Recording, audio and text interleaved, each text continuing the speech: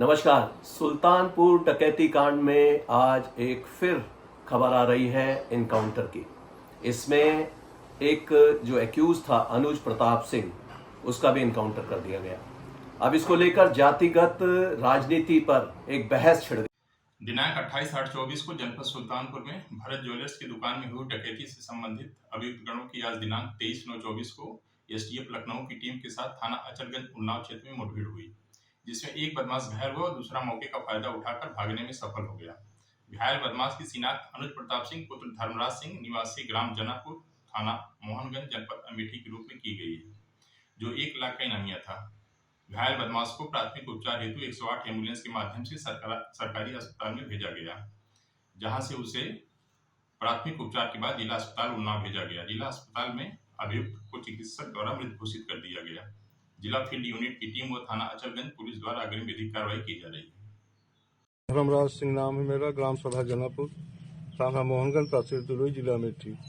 अनुज प्रताप सिंह मेरा लड़का था, उसका सूरत में सिर्फ एक ही केस था और बाकी सुल्तानपुर में नाम था। पुलिस ने उसको इनकाउंटर करके मृत घोषित कर दिया। हम लोगों को कोई भी जानकारी इस विषय में नहीं। आपने पहले ही अंदेशा जताया था, क्या कहना चाहती हैं? सर, हम यही कहना चाहते हैं कि पुलिस की वर्दी दी गई है तो उसका गलत फायदा न उठाएं। जिसके ऊपर 36 केस है उसका भी इनकाउंटर करवा देते, जिसके ऊपर 1 केस है बेगुनाह है उनका भी इनकाउंटर करवा दिए हैं ये लोग। अगर इसमें 15 लोग शामिल हैं, 14 लोग शामिल हैं तो सबका इनकाउंटर होना चाहिए।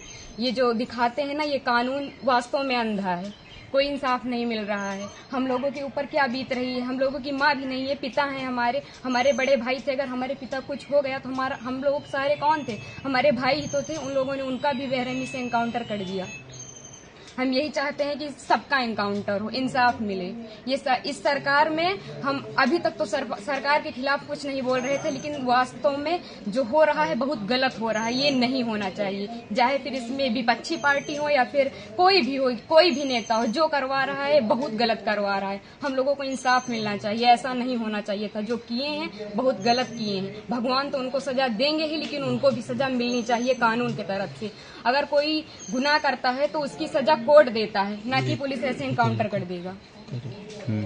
आपके भाई का क्या स्वभाव था, किस तरह से, कैसे आप लोगों के बीच में रहते थे वो? सर, हमारे भाई का स्वभाव एकदम सरल था, पढ़ने लिखने में भी अच्छे थे। हम लोगों के साथ एकदम फ्रेंड के जैसे बिहेवियर उनका था, और गए थे तो बात भी होती थी और हम लोगों से बहुत ज़्यादा उनको लगाव स्नेह था, जैसे कि हर एक भाई बहन में होता है। और आज ये सुनने के बाद जैसे लग रहा है कि हम लोगों के जमीन पैर से एकदम खिसक गई हो। जो कानून ने किया उनको ऐसा नहीं करना चाहिए। अगर वो मिल गए थे, झूठी दिखा रहे हैं कि फायरिंग हुई, मुठभेड़ हुआ। अगर कोई छिप रहा है डर की कि हमारा एनकाउंटर ना हो जाए, तो ये झूठा अफवाह क्यों फैला रहे हैं कि फायरिंग हुई, मुठभेड़ हुआ? कुछ नहीं हुआ। उसमें फिर पुलिस को भी मरना चाहिए था ना, पुलिस का एनकाउंटर क्यों नहीं हुआ? आखिरी बार कब आए थे आपके भाई? आखिरी बार 3 जून को आए थे, 4 जून को उनका टिकट था, वापस चले गए थे सूरत, वहीं रहते थे। तो क्या एक साजिश तहत आपके भाई की हत्या हुई, एसटीएफ ने कराया? और इसमें जो विपिन सिंह है और जो विनय शुक्ला हैं, वो हमारे घर पे आए थे, 3-4 बार आए थे, और हमारे भाई पढ़ाई करते थे। अभी तक हम ये सब बयान नहीं करना चाहते थे, लेकिन अब हम एकदम सच्चाई बता रहे हैं। वो लोग उनको लालच देके कि ऐसा गाड़ी होगा, बंगला होगा, वगैरह वगैरह, जबकि भगवान का दिया सब कुछ हम लोगों के पास है, सब कुछ है। लेकिन फिर भी उन लोगों ने लालच दिया और लालच में ले जाकर उनको सूरत में एक केस में फंसा दिया। उसके बाद वो थे कि नहीं थे न ये हम लोगों को पता है।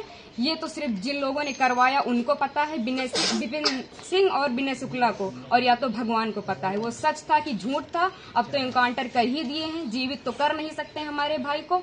बस हम ये चाहते हैं कि जिन्होंने इनकाउंटर किया उनके ऊपर केस होना चाहिए, कि अगर कोई गुनाह होता है तो उसकी सजा कोर्ट देगा, ना कि एसटीएफ वाले या फिर पुलिस वाले। बस हम यही चाहते हैं। ठीक।